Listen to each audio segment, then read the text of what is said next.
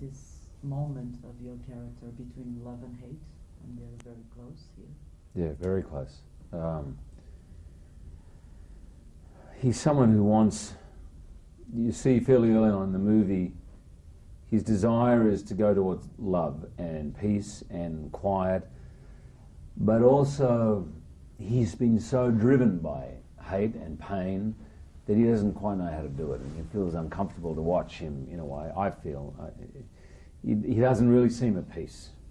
And living up in the mountains and getting away from it all doesn't feel like him. But it's a very good analogy for all of us, you know. There's part of us that is wild. There's part of us that is chaotic. That's part of our nature. And if you just try and control everything in life, sooner or later, the lid blows up. So in this movie, when his love is taken away, the hate drives him. And of course, it's the same thing. Love, hate is just the flip side of each other. So it's a very, needless to say, very kind of dramatic movie in that way. Mm-hmm. Do you think that this can be the most violent X-Men ever? Mm. Well, we've still got rated PG-13, so in a way we've tried to handle it in a way that's not too gratuitous, although what we're dealing with is a fairly traumatic interior conflict. The life going on inside this guy, the battle between the animal and the human is really strong. And I wanted the film to not necessarily feel pretty and just cool. I wanted it to feel a little uncomfortable. I wanted, in the fights, for people to wince a little bit, because I wanted to illustrate that just because they're superheroes doesn't mean they don't feel pain, emotionally as well as physically. So this dark side, yes, it feels right for the whole saga. Wolverine was the first anti-hero. He was very dark. I mean, way back in the early 60s, they were writing him in that way. It's taken Hollywood a long time to catch up. And I think if there were any questions that audiences are not ready for it, that was answered very categorically by The Dark Knight last year. I think people now, they want to see their heroes struggle a little bit. They want to see they want to be able to relate to them, you know, and I think that's what you get with Wolverine. Mm. What about physically? Was it extreme violent for you?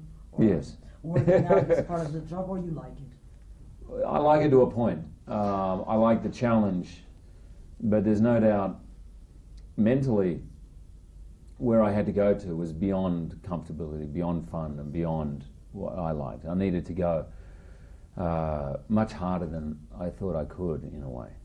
I used to when I train, I think of myself as Wolverine. It might sound weird, but in that moment of wanting to give up, I would think of Wolverine, because that's when he gets angry and that's when he can overcome his opponent where he shouldn't be able to. So when I think of Wolverine, I train 20-30% harder. I'm sure I make ridiculous faces, but apart from that, it's and when the claws come out, it's a little embarrassing, but apart from that, it helps me. Was it also important to bring this whole team of new characters? It was time for that. Yeah, I think it's fun. You know, we had 3 movies with the same characters, and we had an opportunity. There's hundreds of characters in the X-Men lore, and there were many characters. We thought, oh, it'd be great to use this one, and so we got to play with that, and that was really terrific. Was it nice to work with them? It was great, and as producer, I was very involved with the casting. So, in that way, I was very sort of attached to it, and I. In a way, the most important relationship in the movie is the one of the brothers.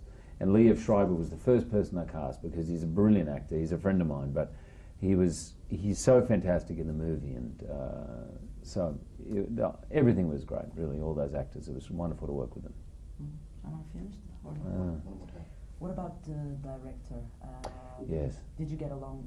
He's the one who's turning this into a darker place. Yes. Did you two get along? Yes. Gavin and I really chose Gavin, and with the studio we all agreed he was the right person to bring what was a big story, ensemble story of X-Men, down to funneling into just one character, because Gavin understands the bigger resonances of X-Men.